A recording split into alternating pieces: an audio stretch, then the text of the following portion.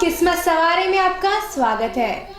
मैं हूं आपकी होस्ट एंड दोस्त खुशबू जैन और हमारे साथ हैं भारत के सुप्रसिद्ध ज्योतिषाचार्य आनंद जी। नमस्ते आनंद जी। नमस्कार खुशबू जी। नमस्कार दर्शकों।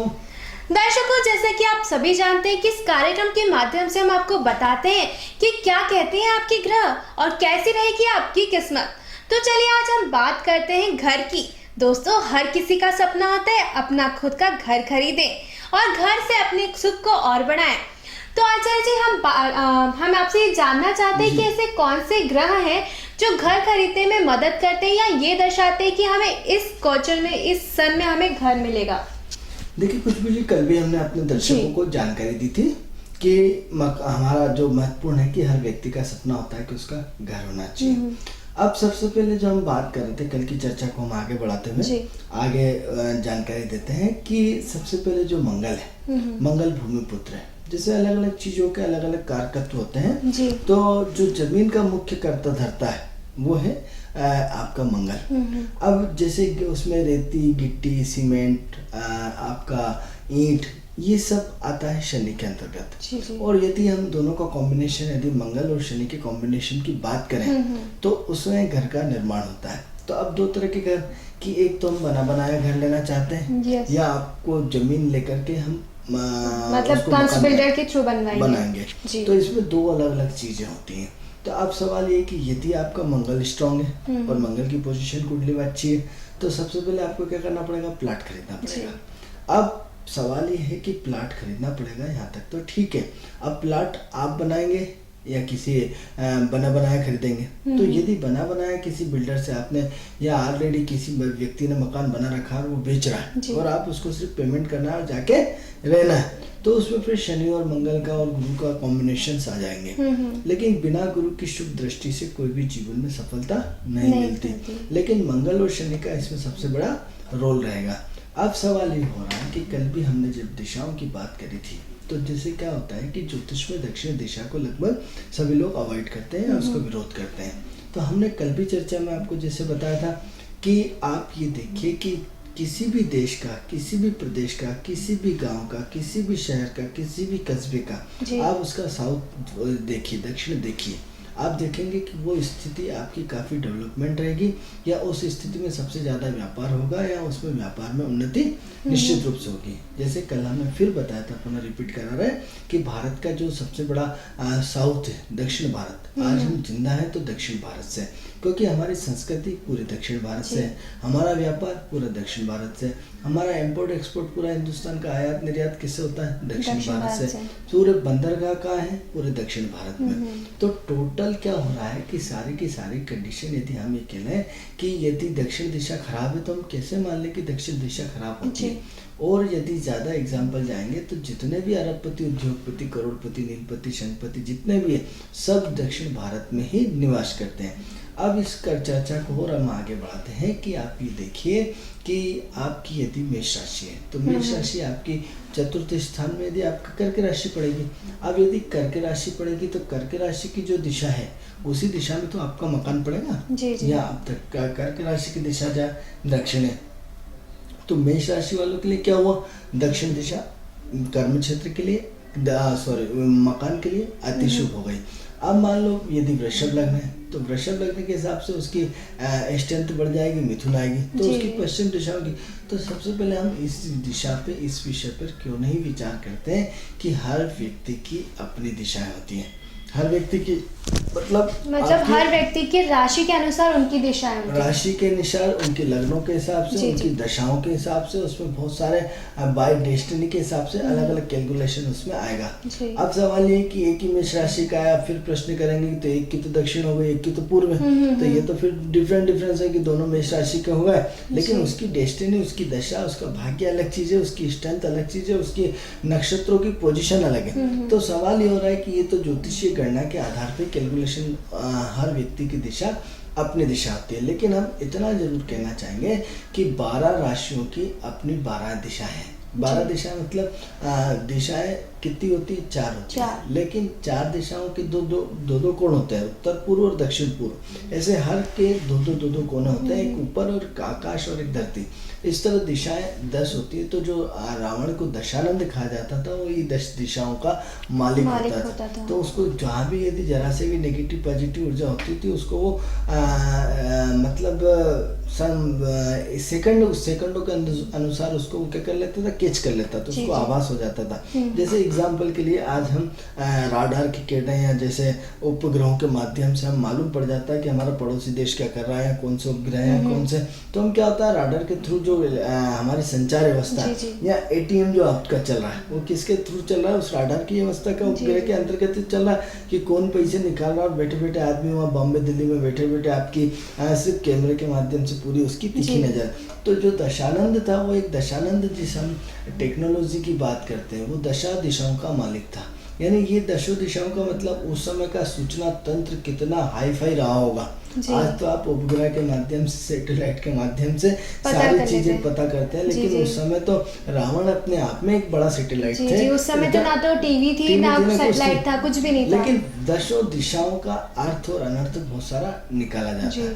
तो उसकी अपनी 10 दिशाओं का इतना बड़ा नेटवर्क होता था, इतनी बड़ी संचार होती थी, इतना बड़ा राडार होता था कि आज की राडार संख्या फेल है उसके सामने। तो वो हम मतलब हमारी भारतीय संस्कृति की टेक्नोलॉजी कितनी विकसित। अब सवाल ये हो रहा है कि जो 4th हाउस की स्थिति देखते हैं, तो सबसे पहले हमें 4th हाउस का वातावरण देखना चाहिए, 4th हाउस की स्थिति की देखना चाहिए।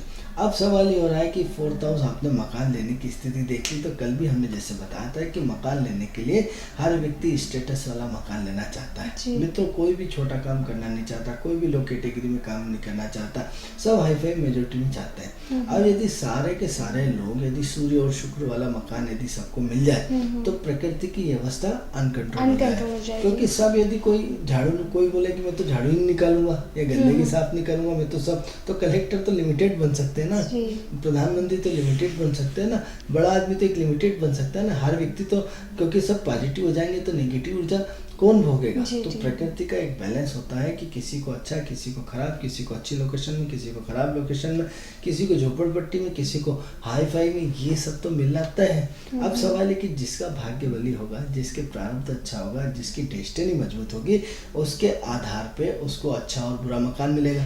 अब सवाल ये कि सूर्य की डेस्टिनी लिखा के लाए हो, शुक्र की डेस्टिनी लिखा के लाए हो आप, तो निश्चित रूप से आपका मकान बहुत हाई लेवल का, हाई लग्जरियस का, हाई प्रोफाइल का और अच्छी जगह मिलेगा। अब सवाल ये है मित्रों कि हम आपको फिर बताना चाहते हैं कि यदि सबसे पहले आदमी क्या चाहता है कि उसका पड़ोसी अच्छा हो। अब सवाल ये हो रहा है कि पड़ोसी यदि अच्छा है तो आप बड़े सुकून में रहेंगे, आपकी आधी रात में काम आएगा, और पड़ोसी यदि अच्छा नहीं है तो आपको मजा नहीं आएगा। क्योंकि दिन भर आपके घर के बाहर जाते हैं, कुछ भी होते हैं, तो हम एक दूसरे के पड़ोसी, एक दूसरे के घर की सुरक्षा करते हैं। अब ऐसी कंडीशन में आपका तीसरा और 5वें घर का बहुत बड़ा रोल होता है, क्योंकि कुंडली के जो आस और पास के दोनों घर होते हैं वो आपके पड़ोसी बताते हैं। अब एक दाया पड़ोसी या एक बाया पड़ोसी। मित्रों, यकीन माने कि कुंडली के आधार पे हम आपकी कुंडली देख करके आपके दाएं हाथ के पड़ोसी का पूरा भविष्य बता सकते हैं, आपके बाएं हाथ के पड़ोसी का पूरा भविष्य दिखा सकते हैं, बता सकते हैं उसकी स्थिति क्या है, वो किस लेवल का है, लो कैटेगरी का, हाई कैटेगरी का। तो सबसे पहले क्या हो रहा है कि यदि आपकी कुंडली में यदि जो आपका पड़ोसी यदि लो कैटेगरी का लिखा है तो आप उसको बदल नहीं सकते, और हाई प्रोफाइल का लिखा है तो उसको बदल नहीं सकते। तो आप हो सकता है यदि आपको हाई प्रोफाइल का पड़ोसी मिल जाए तो उसके क्योंकि संगति का असर बहुत बड़ा होता है। तो क्या है कि आपकी संगति है, उसकी संगति में आपका भविष्य बदल जाए, लेकिन ये सब भाग्य से होता है। तो अब सवाल ये हो रहा है, फिर हम मकान की चर्चा करते हैं कि साथ में आपको जब मकान लें तो आप अपनी कुंडली में अपने पड़ोसी की स्थिति अवश्य देख लें। अब पड़ोसी की स्थिति आपने देख ली, यहाँ तक तो कोई दिक्कत नहीं है। अब वो भूमि कितनी उपजाऊ है जी। अब भूमि कितनी उपजाऊ है इन द सेंस क्या होती है कि खुशबू जी मैं आपको बताना चाहता हूँ कि यदि कहीं जमीन बड़ी जागृत अवस्था में रहती है, ऐसी जागृत अवस्था में रहती है कि जिस दिन से आपने कदम रखा उस दिन से आपकी पूरी किस्मत संवर जाती है, आपका पूरा भाग्य बदल जाता है। आपके इर्द गिर्द सिवाय पॉजिटिव के अलावा, आपको उठने के अलावा आपका कुछ नहीं बचता रास्ता। जैसे ही कहते हैं ना साहब, जिस दिन से हमने इस घर में प्रवेश किया, हमारी प्रोग्रेस होने लगी, प्रोग्रेस हो गई, पोबारा हो गई। इसी की तुलना में कई बार ऐसा भी देखा गया कि जिस दिन जिस मकान में कदम रखा, उस दिन से पूरे पैसे के लिए परेशान हो गए और बीमारी रहने लगी, वो न जाने क्या क्या चीजें होंगी। तो सवाल ये हो रहा है कि भूमि की उपजाऊता क्या है। इसलिए हम सबसे पहले जब भी भूमि लें तो सबसे पहले उस भूमि स्थान को, आप देखा होगा कि यदि आपने यज्ञ करवाया हो, यदि आध्यात्मिक कोई भी कार्यक्रम कराया हो, तो क्या बोला जाता है, स्थान देवताभ्य नमः। क्यों बोला जाता है? ग्राम देवताभ्यो नमः, स्थान देवताभ्यो नमः, यानी पर्टिकुलर उस स्थान का देवता, यानी पर्टिकुलर उस देवता के स्थान को आप प्रणाम करें, उससे निवेदन करें। मित्रों, सबसे पहले जब भी आप मकान लेने जाए तो उस मकान में उस भूमि को सबसे पहले प्रणाम करके उससे अनुमति मांगे। आप क्या होता है, किसी के घर जाते हैं तो क्या कहते हैं, अपॉइंटमेंट लेते हैं। अब अपॉइंटमेंट यदि नहीं भी लेते हैं, डायरेक्ट पहुंच गए, तो ऐसा तो नहीं डायरेक्ट उसके कमरे में, उसके बेडरूम में जाके घुस जाएंगे। आप क्या करते हैं, उसका दरवाजा बजाते हैं, घंटी बजाते हैं, गेट बजाते हैं। तो सबसे पहले आप जिस भूमि को लेने जा रहे हैं, उसकी दस्तक देने जा रहे हैं, सबसे पहले उसको प्रणाम करके, उसको मन में ईश्वर से प्रार्थना करके उसकी स्वीकृति तो लो कि हे प्रभु, हम इस मकान में आना चाहते हैं, यदि आपको दिक्कत ना हो। क्योंकि जमीन का मुख्य कारक तो मंगल ग्रह है और मंगल की स्वीकृति होना अत्यंत आवश्यक है। आप देखेंगे मित्रों कि हमने अपने जीवन में कई बार ऐसा अनुभव किया है कि ईश्वर यदि इस आदमी से हमें नुकसान हो तो इसे दूर कर दे, ईश्वर यदि ये मेरा काम नहीं हो रहा तो इसके हमारी मति को बदल दे। तो आप देखेंगे कि ईश्वर आपके उस नेगेटिव ऊर्जा से बचा देता है। तो आप ये देखें कि सबसे पहले ईश्वर से उस जमीन पे जा करके सबसे पहले प्रणाम करके उससे आप प्रार्थना करें कि हे ईश्वर, यदि ये जमीन मेरे लायक है। आप प्रार्थना करें कि शब्दों के आपके बड़े चमत्कार होते हैं और चमत्कार आपकी ज़िंदगी को बदल जाता है। क्या करता है आप ईश्वर के कि हे ईश्वर, मेरा ये काम कर देना, तेरी बड़ी मेहरबानी हो जाती है, वो काम कर देता है। हे ईश्वर, आज मेरा परेशान हूँ, इस मुसीबत से बचा देना, वो बचा देता है। यकीन मानिए, हम रोज़ इस दिनचर्या को अपने जीवन में महसूस करते हैं। तो हम फिर जब ज़मीन लेने जा रहे हैं, ज़मीन जिसमें हमारा पूरा भविष्य जुड़ा है, जिसमें हमारी पूरी ज़िंदगी जुड़ी हुई है, जिसमें हमारा पूरा वर्चस्व जुड़ा है, जिसमें हम एक नए भविष्य की शुरुआत करने जा रहे हैं, उस सबसे पहले भूमि पुत्र को प्रणाम करिए, उस भूमि को प्रणाम करिए, उस स्थान देवता को प्रणाम करिए और इस स्थान देवता के माध्यम से सबसे पहले उनसे 1 दिन 2 अगरबत्ती लगा करके प्रार्थना करिए कि हे प्रभु, हम ये जमीन माता, हम इसको, ये है स्थान देवता, हम इसको लेना चाहते हैं। यदि आपको दिक्कत ना हो, यदि आप मेरे अनुरूप हो और मेरे भाग्य को बढ़ाए, तो यदि इसको मुझे स्वीकृति दीजिए, अन्यथा मुझे यहाँ से। तो आप देखेंगे कि आपको ऐसे सेंटर्स मिलेंगे, ऐसे कि यहाँ तो आपकी पूरी ऐसा एटमॉस्फेयर बनता हुआ चला जाएगा, तो आपके मन को बड़ा अच्छा लगेगा और इतना अच्छा लगेगा कि आप जिसकी कल्पना भी नहीं कर सकते। और यदि वहाँ आपके भाग्य में नहीं और उससे आपके ट्रेनिंग नहीं मिल रही, आपका डीएनए नहीं मिल रहा, आपकी सोच नहीं मिल रही, आपकी उसकी सम राशि विषम राशि की जैसे अवस्था होती है, जैसे आग और पानी की अवस्था होती है, तो उसके आपके और गुणधर्म यदि नहीं मिलते हैं, तो आपको अंदर ही अंदर से एक आवाज़ आएगी कि नहीं, मुझे ज़मीन नहीं खरीदना या नहीं खरीदना। ऐसे सिम्टम्स आ जाएंगे, ऐसे भावनाएं बन जाएंगी, ऐसा माहौल बन जाएगा कि आप उसको मना कर देंगे और ऐसा एटमॉस्फेयर कैसे बनेगा कि आप उसमें विवश हो जाएंगे कि आप चाहकर भी, पैसे होते हुए भी आप उस जमीन को नहीं खरीद पाए। तो क्या करें कि सबसे पहले प्रार्थना, ईश्वर में मित्रों बहुत बड़ी ताकत होती है। तो उस भूमि के लिए सबसे पहले प्रार्थना करें, उस एटमॉस्फेयर को तैयार करें, उस माहौल को तैयार करें, उस माहौल में अपने आप को थोड़ा सा, ये एक छोटा सा मंत्र है, इतना महामंत्र है, क्योंकि स्थान देवताओं को आपने विधिवत प्रणाम किया। अब सवाल ये कि यदि आप किसी को विधिवत फोन करके जाते हैं तो विधिवत वो भी मेंटली प्रिपेयर रहता है और वहाँ पे प्रेजेंट रहता है, मौजूद रहता है, आपको सम्मान अटेंड करेगा। अब मान लो आपने उसको बे टाइम पहुंच गए, अब वो किस अवस्था में, उसका खाना है कि नहीं, आटा है कि नहीं, वो कहीं बाहर जा रहा है, आपकी वजह से क्या हो जाएगा, वो डिस्टर्ब हो जाएंगे। तो क्या करेगा, स्थान देवता अपने आप में वो अलग हो जाएंगे और उस जगह को छोड़ देंगे और आपके लिए उसमें यदि नेगेटिव ऊर्जा भी है तो वो पॉजिटिव में काम करने शुरू कर देंगे। अब प्रश्न है तो ये, अब दूसरा ये होता है, आपने खुशबू जी यदि देखा होगा अपने जीवन में कि एक जमीन है, एक जमीन को लेकर के एक व्यक्ति परेशान होता है, वही व्यक्ति यदि उसको छोड़ देता है, दूसरा ले जाता है, संपन्न हो जाता है। क्यों, ऐसा क्यों होता है? भाग्य के साथ साथ मित्रों सबसे महत्वपूर्ण चीज है कि इसमें जो आपने 12 राशियां देखी, 12 राशि में जो है महत्वपूर्ण 6 राशियां मतलब सम राशियां होती है और 6 राशियां विषम राशि होती हैं। अब विषम राशि वाला सम राशि में और सम राशि वाला विषम राशि, इसकी हमने नई थीसिस अपनी खुद की रिसर्च से तैयार करी और वो अपने आप में एडवांस रिसर्च है। तो अब क्या होता है कि यदि सम राशि का सम राशि से डीएनए मिलेगा, विषम राशि का विषम राशि से डीएनए मिलेगा। अब दोनों को यदि मिलाएंगे तो तालमेल यदि उसका सही है तो फिट हो जाएगा, नहीं तो अनफिट हो जाएगा। तो सवाल ये हो रहा है कि 6 राशियां एक दूसरे की मित्र हैं और एक दूसरे की शत्रु हैं। अब कौन कौन सी, जैसे देखेंगे कि जो आग है उसका शत्रु कौन है?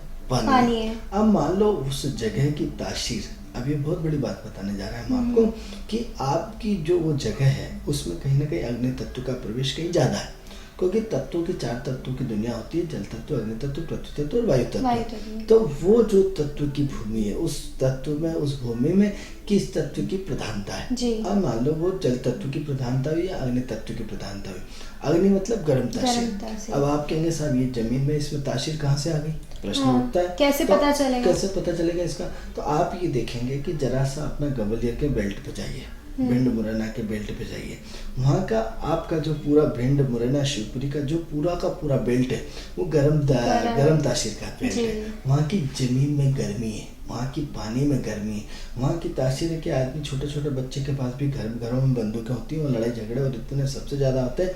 या वहाँ की लड़की यदि अपने शांत मालवा जैसे अंचल में आ जाए तो उनमें आपस में कहीं ना कहीं तालमेल नहीं बैठता, वो लड़की वहाँ की दादागिरी करती है। इसलिए कई बार हम जैसे ही भिंड मुरैना शिवपुरी के इलाके की यदि कोई लड़की आती है और शादी का विवाह, तो हम पहली बात तो ये कहते हैं कि इस प्रस्ताव को अस्वीकार कर दो, क्योंकि आप अपने बेल्ट में देखिए, क्योंकि वहाँ के जलवायु आपकी जलवायु से भिन्न जलवायु। अब वो पूरा बेल्ट का कौन सी तासीर का है? गर्म तासीर का। तो अब आप अपने आप में अनुभव कर लीजिए। तो अब सवाल ये, हमारा जो बेल्ट है भोपाल और भोपाल के आसपास का, वो ठंडा बेल्ट है, जलीय बेल्ट है, व्यवहार कुशल बेल्ट है। यानी आप देखा होगा कि मालवा और मालवा का अंचल कौन सा है? एक भावनात्मक प्रधान है, एक चंद्र वाला प्रधान है, एक जलीय प्रधान है। तो जल तत्व, पृथ्वी तत्व, अग्नि तत्व और वायु तत्व, तो ये अलग अलग तरह की जो तासीर है वो आपको अलग अलग बेल्ट में मिलेगी। अब सवाल ये हो रहा है कि एक बेल्ट को दूसरे बेल्ट में सम्मिलित करेंगे तो कैसे मिलेगा? अब इसका एग्जाम्पल यदि और गहराई से, कि एक दारू वाले को ब्राह्मण के साथ बिठा दो और एक ब्राह्मण को दारू वाले के साथ, तो कैसे पटेंगे दोनों? एक प्रवचन देने वाले को जुए सट्टे के साथ बिठा, जुए सट्टे या मांस खाने वाले को शुद्ध शाकाहारी के साथ और शाकाहारी को मांस, तो दोनों की जिंदगी खराब हो जाएगी। तो हमें क्या करना? दारू वाले को दारू वाले के साथ बिठाना और शुद्ध शाकाहारी वाले को शुद्ध शाकाहारी। तो उसमें क्या है, दोनों का अपना एक अपने आप में बहुत अच्छा बैलेंस होगा। आप समझ रहे हो बात को? तो अब ऐसी कंडीशन में क्या होता है कि जो आप भूमि देखने जा रहे हैं उस भूमि की तासीर आपकी तासीर से मिलती है या नहीं मिलती? अब मान लो वो भूमि जल, तो आप अग्नि तत्व की भूमि है और आप जल तत्व की भूमि है, तो बताइए खुशबू जी उस दोनों का कॉम्बिनेशन कैसे मैच खाएगा? अब क्या है कि 6 राशियां जैसे एक दूसरे का विरोधी राशि, एक दूसरे का, जैसे आपकी मेष राशि है, तो अब मेष राशि का जो 7वां घर है वो आपका आईना दिखाता है कि आप में ये कमी है। तो मेष राशि वाले के क्या करेगा? 24 घंटे जो आपकी तुला राशि वाला है उसको दर्पण दिखाती रहेगी कि देख तूने ऐसा किया, ऐसा किया, ऐसा किया।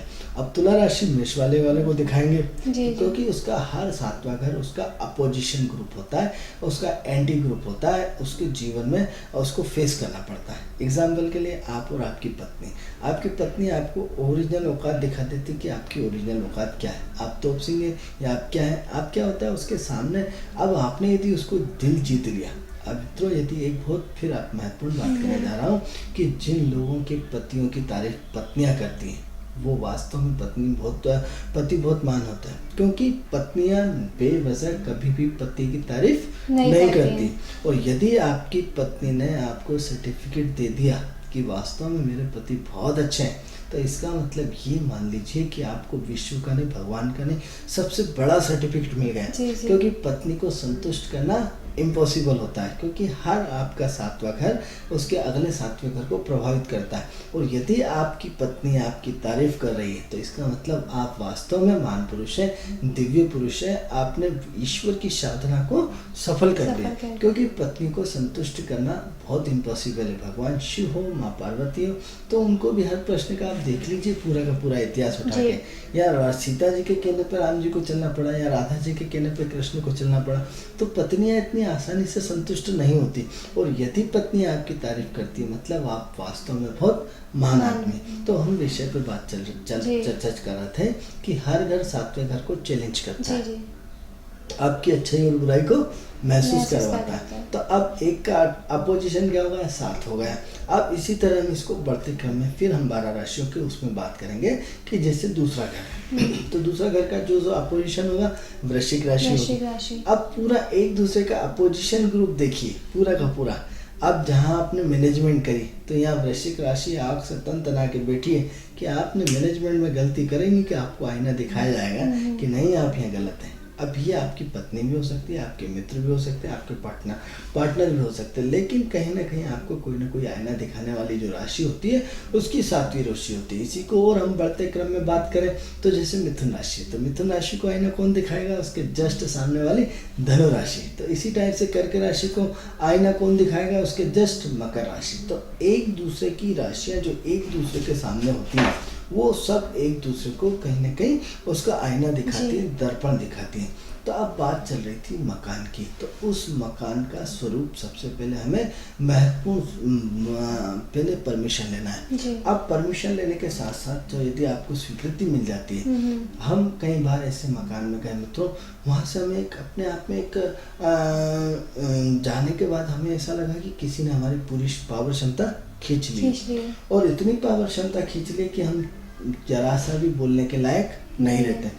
आप मित्रों यकीन मानिए शहजानाबाद में घर है, वहाँ मैं अपने मित्र का घर था, एक बार जाने के बाद कभी दूसरी बार कभी नहीं गया। वहाँ पूरी की पूरी पोटेंशियल उस पुराना चिरायु हॉस्पिटल के जस्ट सामने पूरे के पूरे मकान बने हुए हैं और बहुत प्राचीन बने हुए हैं। तो उसमें उस पूरी की पूरी उसमें एक इतनी नेगेटिव ऊर्जा कि आप जिसकी की कल्पना भी नहीं कर सकते।